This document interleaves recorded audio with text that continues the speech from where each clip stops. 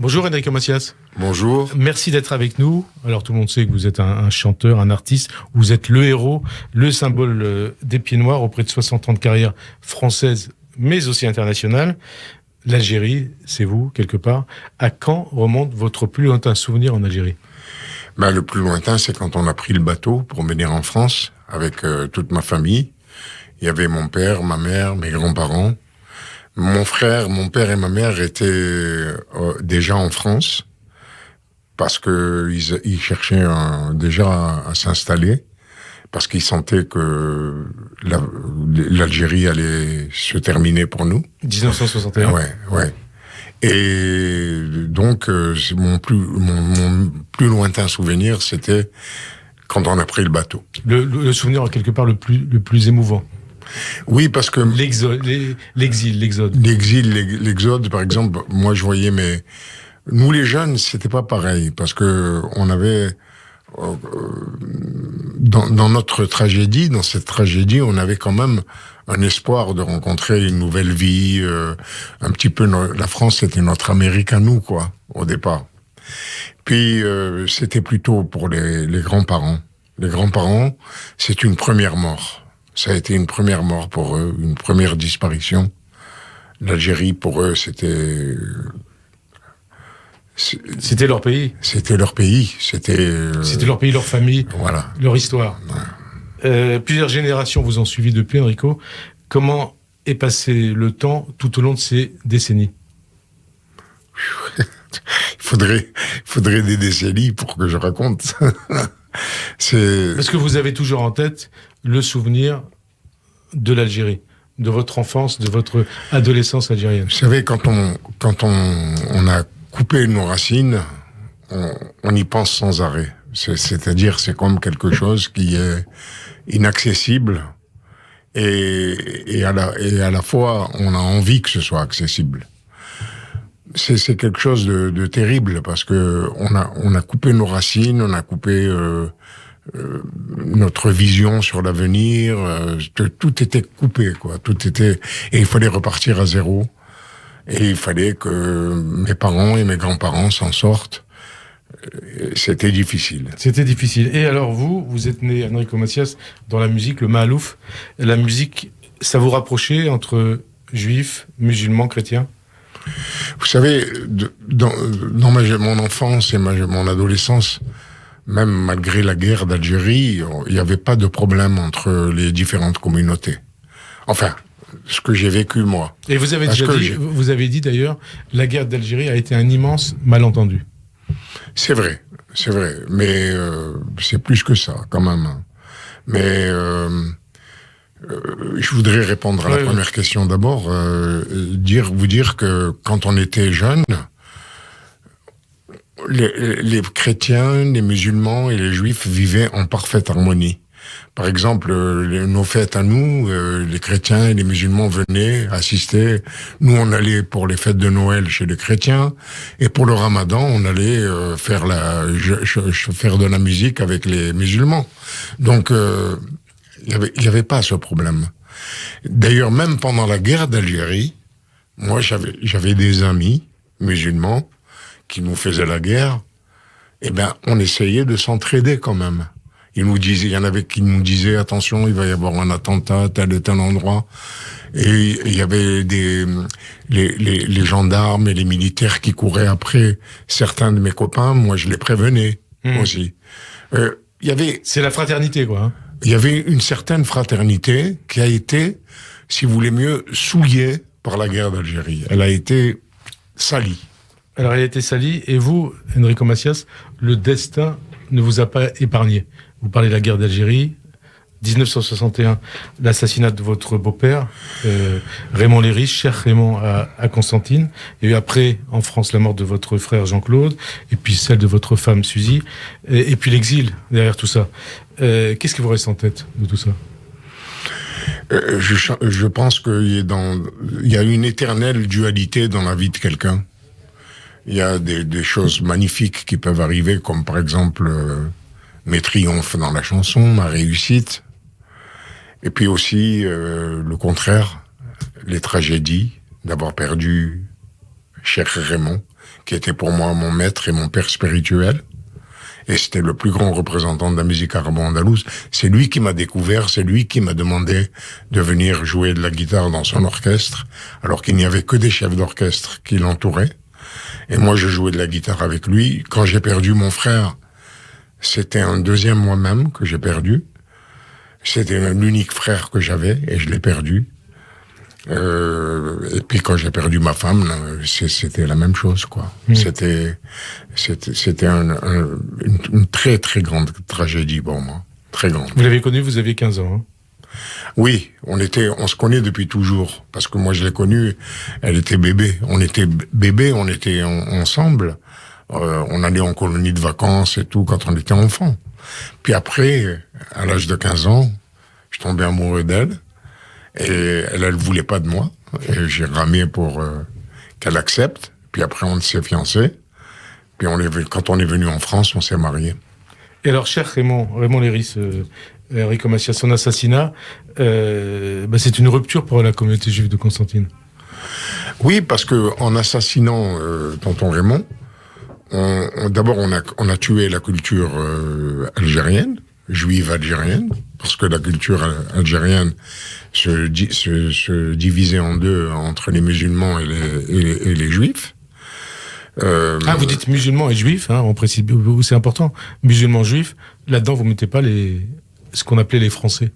Musulmans et juifs, la culture. Ah oui, non, mais les chrétiens, non, ils avaient une autre culture. Voilà, une autre culture. Une culture purement française, chrétienne, française. Vous savez, les chrétiens, c'est assimilé un peu à la France, aussi.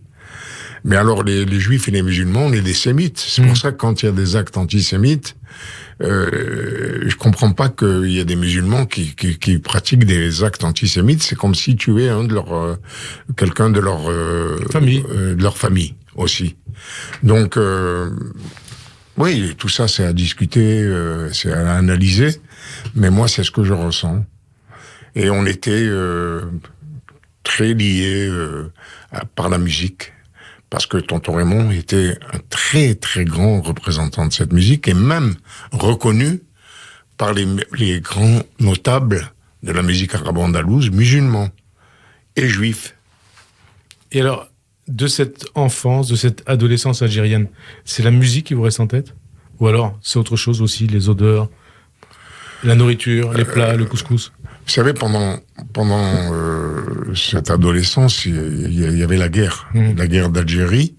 Et pour moi, je soignais cet état de choses, cet état de fait, par l'amour que j'avais pour Suzy, et aussi l'amour de la musique. La musique m'a sauvé. La musique m'a sauvé de toutes ces tragédies. Et quand tonton Raymond a été assassiné, j'ai été en deuil, non seulement de lui, mais de la musique arabo-andalouse. Et c'est pour ça que, comme j'avais une passion illimitée pour la musique, j'ai construit un nouveau répertoire qui m'a permis de me guérir, pas de me guérir, mais de me consoler de cette immense tragédie. Oui, parce que vous dites consoler, quand la guerre d'Algérie commence, vous avez une quinzaine d'années. Vous êtes tout jeune. Oui, j'avais 15 ans. Vous sortez à peine de l'enfance. Je me rappelle, j'étais avec des copains et puis quand on a appris le premier attentat, juste auparavant, il y avait les Félagas en Tunisie. On a dit, ça y est, les Félagas arrivent chez nous, mais enfin bon, ça va pas durer. On croyait pas. Et donc, ça a été une rupture, quoi. Hein. Ça a été une rupture, oui. Mais vous savez, on était jeunes. Ouais. On était jeunes, on réfléchissait pas comme on pourrait réfléchir maintenant à mon âge. C'était pas la même chose. Et alors, votre musique, Enrico Macias, vos racines, c'est le Mahalouf, donc la musique judéo-arabe, celle de votre père, de votre beau-père, cher Raymond, aussi d'autres musiciens qu'on connaît, que les Juifs d'Algérie et du Maghreb connaissent, Renette Loranès, Lynn Montier et tant d'autres. Elle est bien entendu toujours dans votre mémoire, cette musique. Et vous les avez connus, ces chanteurs oui, parce que oui, je les ai connus automatiquement, mais pour nous, ça restait la musique Malouf constantinoise. C'était chaque ville avait sa musique, sa civilisation, sa culture. Par la suite, j'ai connu Renette Loranaise, j'ai connu surtout Lynn Monty. Vous avez des anecdotes avec elle, oui. Oui, je vais vous raconter quelque chose avec Lynn Monty. Quand j'ai fait mon premier spectacle, quand je suis arrivé en France, c'était à Saint-Raphaël. Je chantais en début de programme de Gilbert Bécaud, et Lynn Monty était sa vedette américaine. C'est-à-dire, elle passait avant l'entracte. C'était déjà pas mal. Et Bécaud était la vedette du spectacle. Moi, j'étais donc en début de programme et je demande au présentateur de me faire passer un peu plus tard qu'au début parce que je savais que au début, les gens n'allaient pas m'entendre. Parce que les gens s'installent, font du bruit en s'asseyant à leur place et tout ça. J'ai dit, je vais passer dans l'indifférence la plus complète. Et c'est ce qui est arrivé. Je suis sorti du spectacle, j'étais dans ma loge, en larmes. En larmes parce que le spectacle était complètement raté pour moi. Et Lynn Monty vient près de moi, et elle me regarde, me dit « Pourquoi tu pleures ?» Je lui raconte que j'avais raté ma prestation. Et ce qu'elle a fait, je ne l'oublierai jamais. C'est-à-dire, elle est passée sur scène, elle a chanté 2-3 chansons, après elle s'est arrêtée. Elle a dit au public, vous savez, en première partie, vous n'avez pas dû voir et entendre bien le chanteur qui est passé au début.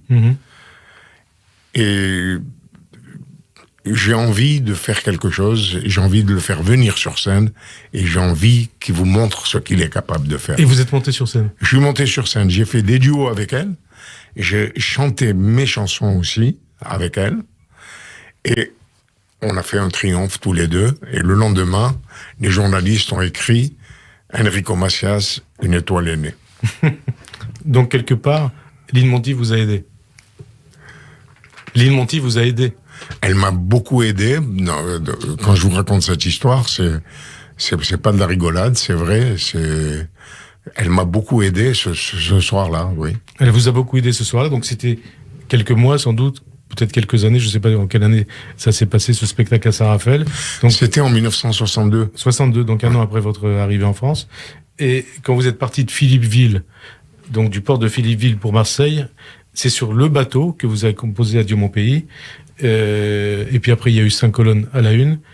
Adieu mon pays, symbole des pieds noirs, symbole de l'exil, et vous-même, symbole de l'exil. Oui. Et comment vous êtes venu en tête ces paroles et cette musique d'Adieu mon pays? Bon, on était sur le bateau, et tout le monde était triste, évidemment. Puis moi, j'ai pris la guitare, je me suis mis à improviser quelque chose qui était dans la situation. C'était Adieu mon pays. On m'a demandé de la rechanter, je me rappelais plus des paroles. Et on a refait la chanson en puzzle. C'est-à-dire que chacun me donnait un mot. Évidemment, moi, je me rappelais, j'ai quitté mon pays. L'autre, il me disait, t'as quitté ta maison. Hop, j'ai repris. Remémoré un peu. J'ai remémoré la chanson, comme ça, en l'écrivant. Et puis, c'est comme ça que cette chanson est née. Mais je voudrais vous dire quelque chose au sujet d'Adieu mon pays. Vous savez, mon père n'était pas très chaud pour que je fasse une carrière. Quand il a entendu ma chanson, Adieu mon pays, il m'a pris à part et puis il m'a dit, tu sais mon fils, pardon, tu sais mon fils, cette chanson, elle durera tout le temps. Parce qu'il y aura tout le temps des exilés et tout ça. Maintenant, je crois en toi. Et il vous a dit ça sur le bateau ou quand vous êtes arrivé en France? Non, quand je suis arrivé en France. Ouais. Parce que votre père, justement, vouliez une guitare. Hein, et votre père, il disait, non, pas de guitare, il faut penser aux études. Ah non, moi ça c'était à Constantine. À Constantine, ma grand-mère. Votre grand-mère? Ma grand-mère, elle allait en pèlerinage à Testour, en Tunisie. Et un jour, elle m'a ramené une guitare. Elle était enveloppée dans un carton, c'était pas une housse. Et elle m'a ramené cette guitare. Et moi, je jouais de la mandoline avant. Je jouais un peu j'ai pris la guitare, et puis je l'ai un peu accordé à ma façon, et j'ai joué. Mon père m'a entendu jouer. Il m'a dit, allez, mets cette guitare dans l'armoire, et c'est terminé, tu joueras plus. Il avait peur que j'en fasse. Il avait peur. Et alors après, quand il vous a entendu chanter à des Oui, mais là, il était convaincu, il a validé le début de ma carrière. Et on vous a entendu, on vous a vu avec votre père tout au long de votre carrière. Avec mon père. Avec votre père. Oui, à l'Olympia, souvent. Oui, oui. Et puis même au Caire, en Égypte, il est venu avec moi. Voilà, dont on va parler. Et alors, votre premier métier, entre guillemets, c'est instituteur à l'école Massias, 1958. Oui, j'étais instituteur à Châteaudun-du-Rumel. Et là, j'étais instituteur pour des enfants entre 4 et 8 ans. Et c'était tous des Algériens, des musulmans. Et j'ai gardé un souvenir magnifique de cette période parce que les enfants m'ont appris beaucoup. Vous savez, l'intelligence, quelque chose qui nous appartient à tous. Mmh. L'intelligence, c'est un petit peu comme les muscles d'un être humain. Et si on les travaille pas, les muscles, on n'en a plus. Mmh. Et l'intelligence, ça se travaille. C'est pour ça qu'on dit que quelqu'un est plus intelligent, c'est parce que la connaissance est plus importante. Mais l'intelligence est donnée à tout le monde, sans exception. Mais si on la travaille pas... Et vous aidiez ces enfants à travailler leur intelligence en tant qu'instituteur. Oui. Et comment ça se passait, une journée d'Enrico Macias, instituteur, la classe d'Enrico Macias? Comment ça se passait? Mais la classe, c'était le programme de la classe, c'était un programme global. C'est-à-dire qu'on apprenait tout en même temps. Je leur apprenais tout en même temps. J'écrivais, par exemple, je prenais un vers parce que j'avais un cahier journal et qui me dictait les leçons que je devais leur apprendre, leur enseigner. Et donc je prenais ce jour-là, c'était le maître a cassé un verre. Je prenais un verre, je le cassais, c'était facile. Là, tout le monde levait le doigt. Que fait le maître? Le maître a cassé un verre. Alors j'écrivais toute la phrase et ils apprenaient globalement à parler français. Et alors, est-ce que... Attendez, je continue parce que c'est important. Ouais. Et un jour, c'était le maître regarde une image. Et j'avais collé des images partout. Et j'arrivais pas à me faire comprendre. J'ai pas trouvé le moyen de vous faire comprendre. Le moyen de me faire comprendre. J'ai pas trouvé la comédie que je devais faire pour me faire comprendre. Et là, pendant au moins 1 heure, j'ai pas eu de réponse, aucun doigt ne s'est levé, et je me suis dit, ça y est, je suis foutu, ça va pas aller. Parce que quand on lève un doigt, même si on dit une bêtise, ça entraîne des réponses. Alors, moi, j'allais de droite à gauche, au fond de la classe, je m'agenouillais, je regardais l'image et tout ça. Finalement, il y en a un qui lève le doigt. Il dit, alors, qu'a fait le maître? Il dit, le maître fait des kilomètres.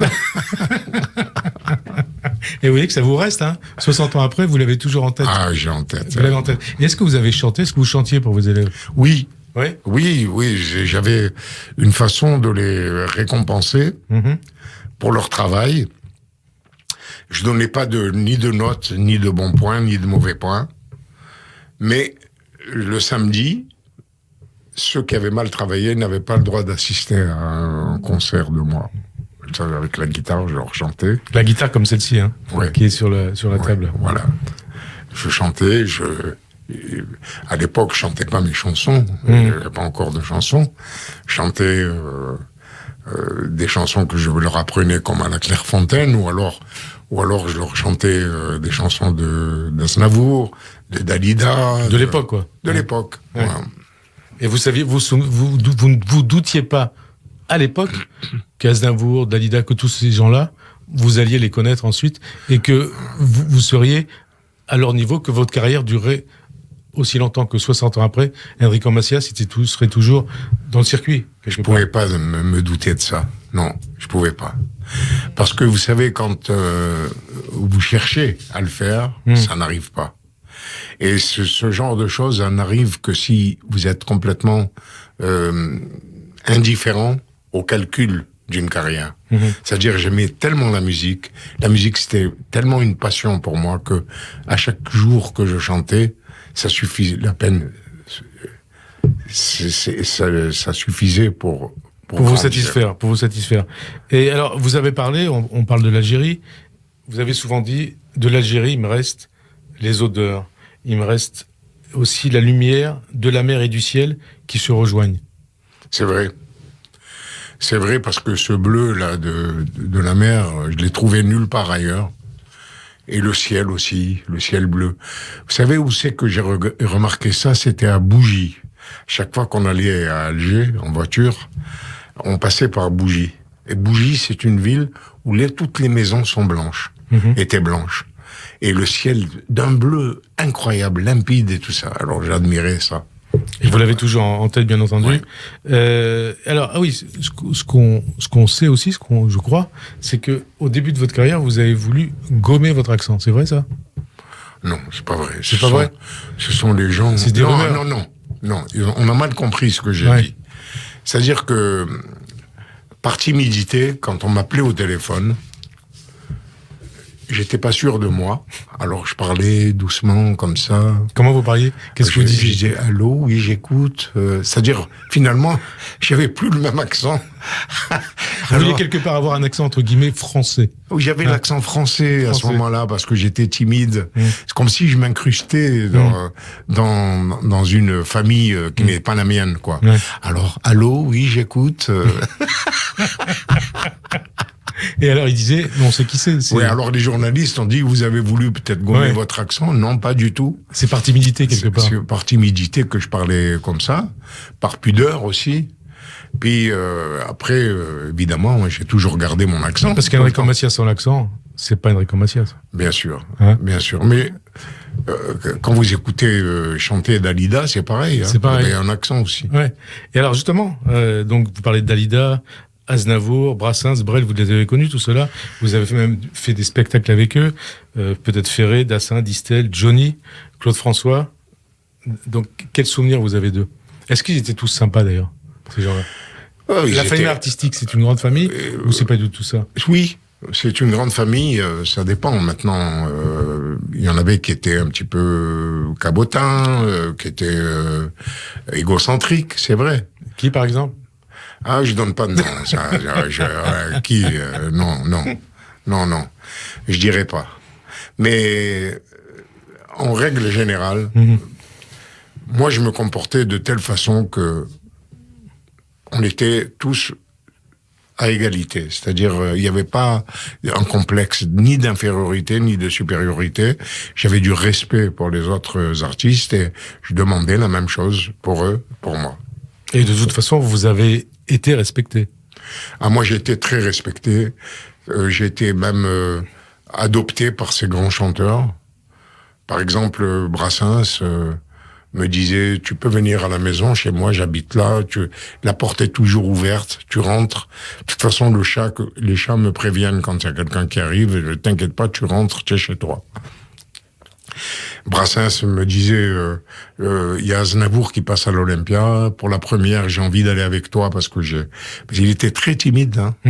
Mais quand on était en petit comité avec nos copains, et on avait des copains célèbres comme Raymond DeVos, comme Joseph Kessel, comme Louis Nucera, André Asseo. Donc aussi bien des artistes que des auteurs, des écrivains. Oui, des écrivains, des auteurs, et puis aussi d'autres artistes. Mais on était en petit comité. Et Brassens, un jour, me dit, il se trouve qu'on avait le même luthier, Favino. Jacques Favino. Et il me dit, t'as pas apporté la guitare? Je lui dis, non, tu veux que... j'ai dit, alors, te casse pas la tête, je vais t'emmener une guitare pour toi et une guitare pour moi, et on va jouer ensemble. Je vais à la maison chez moi, je prends les deux guitares, et il se met à me chanter Les gens du Nord, avec l'accent de Sète, ça faisait... Les gens du Nord, on a les yeux le bleu qui manque à leur décor. Comme ça, il chantait. Et alors ensuite, Après, moi, j'ai fait l'Auvergnat. Elle est à trois, cette chanson. Trois l'Auvergnat qui sont façon. m'a donné 4 bouts de pain, quand dans ma vie il faisait faim. Ah, ça devait être sympa. C'était très sympa, très sympa. Très sympa. Et alors, d'ailleurs, on parle de musique, on parle d'albums. Combien d'albums vous avez vendus dans le monde? Combien de chansons ont été écrites pour vous ou ont été écrites par vous? Combien vous en avez chanté en tout? C'est des centaines. Entre 800 et 1000. Entre 800 et 1000. Oui, on a essayé de calculer, ça a été difficile, mais entre 800 et 1000. Et combien d'albums vendus? Entre 50 et 60 millions. 50 et 60 millions. Et alors, est-ce que, pour vous, il y a que des bonnes chansons ou il y a aussi des mauvaises chansons? Ah non, il y a aussi des mauvaises chansons. Ouais. Il y a aussi des mauvaises chansons, il faut reconnaître. Ouais. Mais maintenant, avec le temps, je m'aperçois que ce que j'avais décidé qu'une chanson était mauvaise, je la trouve meilleure maintenant. Ouais. Et des chansons qui ont fait un cataclysme, je les trouve moins bonnes maintenant. Voilà, c'est une question de situation, de temps. De temps. De temps. Et alors, tout ça, c'est la culture pied noir. Qu'est-ce qui reste? Et qu'est-ce qui vous reste d'ailleurs de la culture pied noir? Qu'est-ce qui n'efface pas? Qu'est-ce qui ne s'efface pas? Qu'est-ce qui ne s'efface jamais de la culture pied noir? C'est quoi? C'est en dehors de la musique? Bon, déjà, on a parlé de l'accent, mais l'humour. On a un humour à nous. Comme il y a l'humour marseillais, de Pagnol, il y a l'humour pied noir, qui a été un petit peu magnifié par Robert Castel et Lucette Sahuquet. Et quelque part aussi par Roger Hanin, quand il racontait ses blagues. J'étais... Comment? Quelque part aussi, parfois, par Roger Hanin, quand il racontait ses blagues. Oui, Roger Hanin, oui. Mais c'était plutôt Robert Castel. Ouais, parce Robert que Roger Hanin, il était depuis longtemps en France. Ouais. C'est pas pareil que nous. Ouais. Et d'ailleurs, on dit que vous, Enrico Macias, vous êtes un réservoir à blagues. C'est vrai? Vous adorez raconter des blagues. Oui, et vous en avez plein et surtout les histoires vraies. Les blagues qui sont arrivées vraiment. Vous en avez en tête? Au moins une? J'en ai une. Allez-y. J'en ai une. Ça se passe à l'Alcazar de Marseille. Ouais. Il y avait un patron de l'Alcazar, directeur, qui s'appelait Trébor. Il était très connu dans le milieu C'était le Cocatrix de Marseille. Ah, en plus, le Cocatrix, c'était l'Olympia. C'était l'Olympia de Marseille, l'Alcazar. Et un jour, il téléphone à Félix Marouani. Votre impresario? Non, l'oncle de mon impresario, qui malheureusement nous a quittés, et que j'ai une pensée affectueuse pour lui, pour Charles Marouani. C'est l'oncle de Charles. Félix Marouani, qui était le boss de tout le show business à Paris. Il l'appelle, même il vient à Paris, il va le voir, prend rendez-vous avec lui. Il le voit et il lui dit, écoute, Félix, tu peux pas me trouver un numéro visuel parce que j'ai envie de changer les règles de ce métier. J'en ai marre des chanteurs, ils sont tous capricieux, ils me coûtent très très cher et j'ai envie de mettre en vedette un numéro visuel. Alors il lui dit, ah bon? Il lui dit oui. J'ai même une idée de publicité, je vais faire des affiches avec la photo du numéro visuel et je vais les coller à l'envers. Comme ça, les gens, quand ils vont passer devant, ils sont obligés de se baisser pour regarder l'affiche. Vous voyez? Ah, il dit, très bien. Il dit, alors Félix Marouani lui dit, le seul endroit où tu peux trouver un endroit visuel extra, c'est au Lido. Alors il l'emmène au Lido et il voit un tas de numéros visuels, mais ça lui plaît pas. Et finalement, il y en a un qui arrive avec un chameau, une craie dans la gueule du chameau. Il monte sur la scène. L'artiste en question met un chiffre sur l'ardoise, par exemple 5 plus 3 est égal. Et le chameau, avec la craie et sa gueule, il écrivait 8. Ah oui. Après, il mettait d'autres chiffres. Un chameau savant. Oui. Un chameau savant. Ouais, mais c'est incroyable. Il a dit, mais c'est formidable, c'est ce numéro que je veux. Ce numéro. Ah ouais, bon. Il l'envoie à Marseille. Les 3 jours se passent. Et Félix Marouani appelle Trébord. Trébord. C'est plutôt une semaine après. Il l'appelle, il lui dit « Alors, comment ça marche le numéro visuel ?» Et Trébord lui répond exactement avec cet accent. Il lui fait « Depuis que tu m'as envoyé le mec avec le chameau, l'Alcazar, c'est un vrai désert. » Ah oui, bah c'est mal tombé, quoi. C'est mal tombé. Mais vous avez aussi des histoires un peu plus, comment on va dire, un peu plus marrantes. Hein, parce qu'elle n'est pas marrante, celle-là. Non, mais qui se termine pas par un désert. Hein, vous avez des histoires un peu succulentes. Bon, enfin, j'en ai. Mettez-moi sur la voie, je sais pas. Aussi bien des histoires juives que des histoires un peu grivoises, tout ça, vous les connaissez. Ouais, bah, par exemple, un jour, il y a un coiffeur. Et il travaillait pas, il y avait personne dans son salon. Il était en train de fumer sa cigarette. Et puis il y a un curé qui passe. Il passe et puis il lui dit c'est un salon de coiffure. Il dit oui, mais il y a personne. Il dit c'est pas grave, je suis un très bon coiffeur. Qu'est-ce que vous voulez? Il lui dit je veux une coupe et puis la barbe. Bah, il lui fait la coupe, il lui taille la barbe. Et il finit. Il dit mais vous êtes un très bon coiffeur. Croyez-moi. Je vous ferai de la publicité pour vous.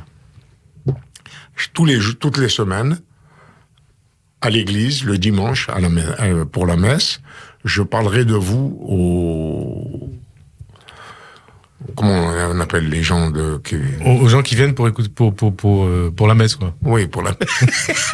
il sait pas. Alors.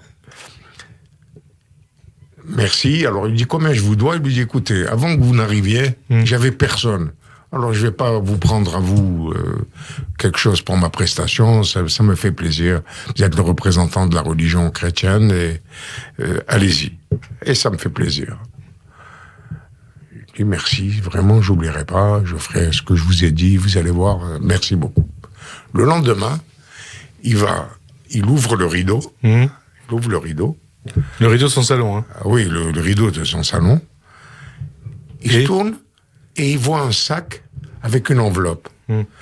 Il ouvre l'enveloppe, il dit « Veuillez trouver dans ce sac 100 pièces d'or pour vous remercier de votre prestation d'hier. » Il s'adresse à Dieu, il dit « Baruch Hashem ». J'ai fait une misva, Dieu me l'a rendu au centuple, 100 pièces d'or. C'est de la folie. Bon, 1 heure après, il y a un imam qui passe. Il passe, il vient, la même chose, il lui fait la barbe, les choses. Il lui dit combien je vous dois. Il lui dit, écoutez, hier, il y a le curé, j'ai fait cadeau, il n'y a pas de raison que je vous fasse pas cadeau à mon cousin. Hein, voilà, je vous fais cadeau de ma prestation. Il est content. Le lendemain, il ouvre le rideau du salon. Il se tourne, il voit encore un sac avec une enveloppe. C'est l'imam qui vous écrit « Merci beaucoup pour votre prestation d'hier. Veuillez trouver 100 pièces d'or dans ce... » ils disent c'est le loto, là. C'est pas quoi, c'est comme le loto, c'est... Merci mon Dieu, là on a fait la paix avec tout le monde, c'est magnifique, magnifique. Un simple coiffeur qui fait des miracles pareils. Et à qui il arrive ce miracle 2 fois. Et 1 heure après, il y a un rabbin qui passe. Alors le rabbin, pareil. Donc même cinéma. Même cinéma, tout ça. Bon. Il dit combien je vous dois, il dit vous plaisantez ou quoi? Le rabbin de ma religion à moi, déjà, j'ai offert ma prestation au curé, j'ai offert l'imam, mon cousin, et à vous, c'est cadeau. Voilà, merci. Il lui fait une beracha, le rabbin. Le rabbin a une bénédiction sur la tête, comme ça, et il dit, vous savez, tous les jours, à la synagogue, je parlerai de vous, et vous aurez des clients, mais à n'en plus finir. Ah, d'accord. Merci, ça, il s'en va. Le lendemain, il ouvre le rideau. Et là, il se tourne à droite. Il n'y avait rien. À gauche, rien du tout. Il tourne la tête derrière lui. Il y avait 100 rabbins. C'est quelque part une histoire juive, hein. Voilà.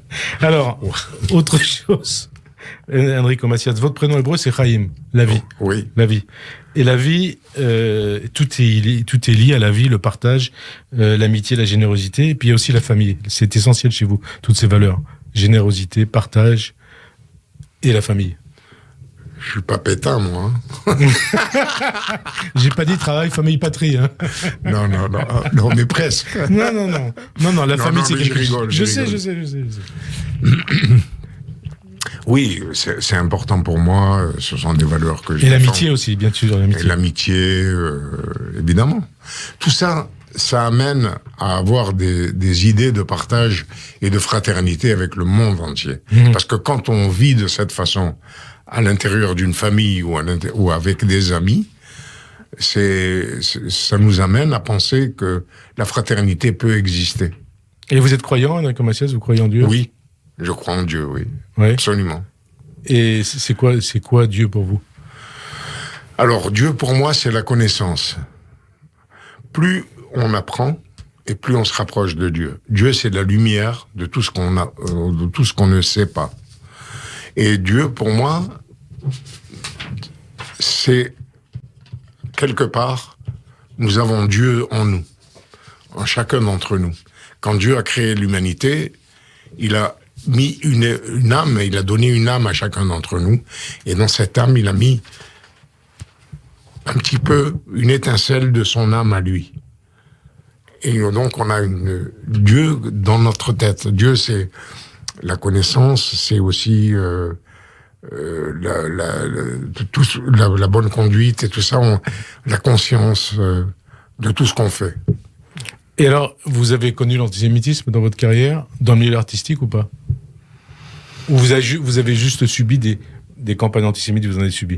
Ah oui, ça oui, bien sûr. J'ai même eu des boycotts. Alors justement, c'est pour ça que je vous posais cette question.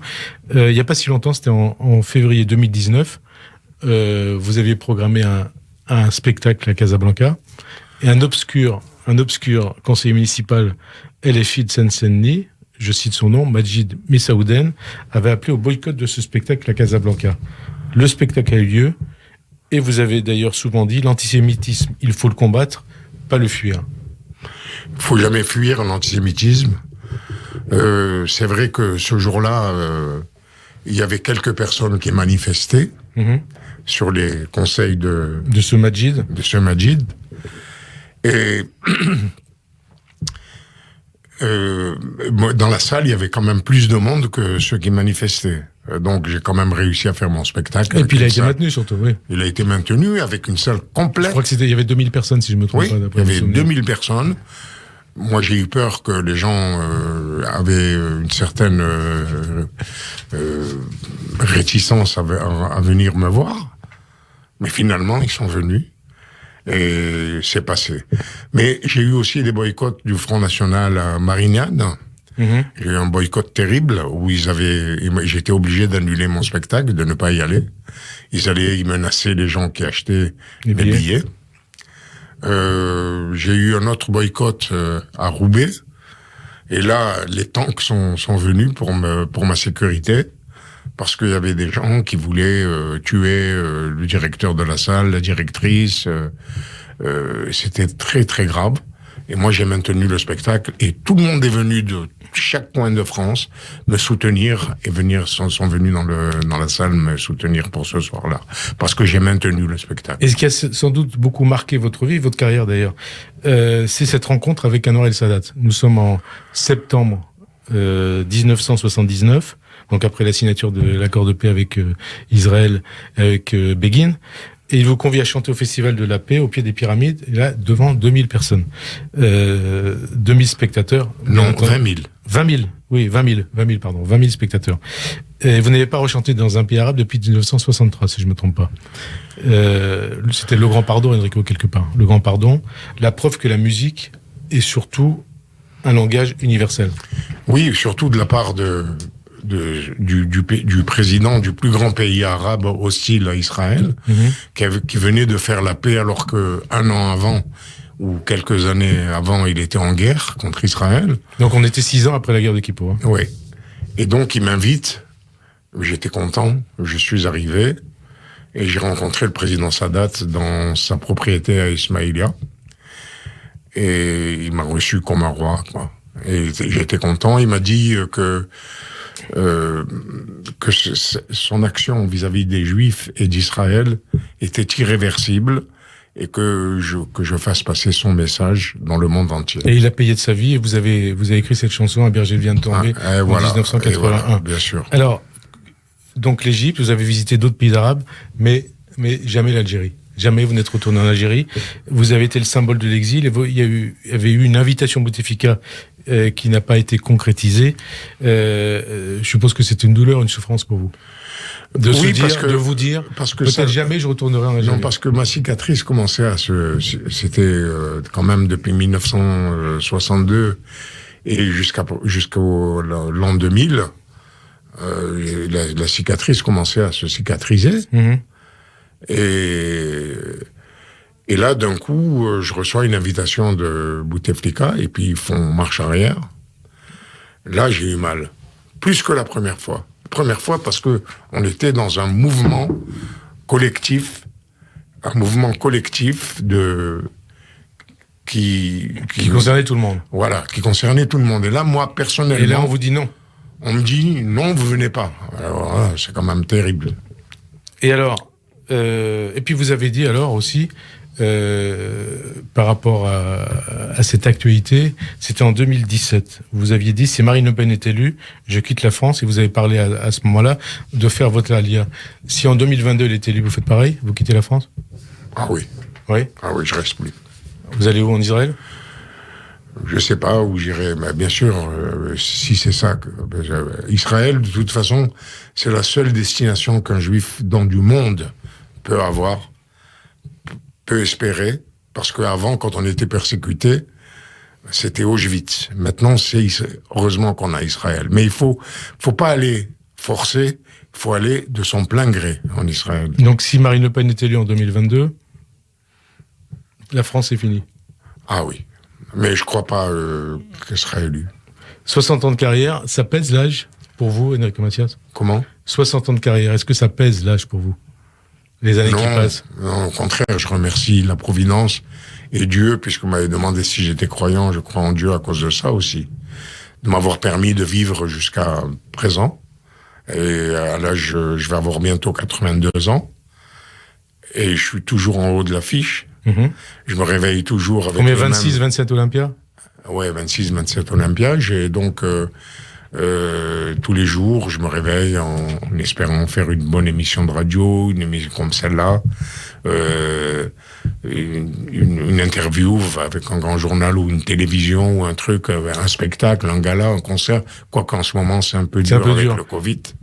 Mais enfin bon, ça me manque. Et la transmission, ça compte beaucoup pour vous aussi, Enrico Macias? Bien sûr. Vous savez, la transmission, c'est plus intéressant que l'héritage. Parce que l'héritage, il est naturel. Mais la transmission, c'est encore plus fantastique. Et ça passe par les enfants, par les petits-enfants? Par les enfants, les petits-enfants. Vous savez, dans l'histoire du judaïsme, la transmission se fait automatiquement. Abraham, Isaac, Jacob, Joseph, toute la lignée, David, Salomon, tout ça, c'est une transmission naturelle qui est voulue par Dieu. Voilà, qui c'est voulu par Dieu. Et quand vous partirez des commerces, qu'est-ce que vous voulez qu'on retienne de vous? D'abord, que j'ai toujours été sincère, premièrement. Deuxièmement, je cherche pas les compliments. Je cherche à donner un bon exemple et une bonne trace de ma vie. Merci Enrico Macias, merci de nous avoir fait partager votre mémoire, cette mémoire d'Algérie, cette mémoire des Pieds Noirs et des Juifs d'Algérie et de vos 60 ans de carrière. Et peut-être qu'on va se quitter avec quelques notes de musique. Avec votre guitare.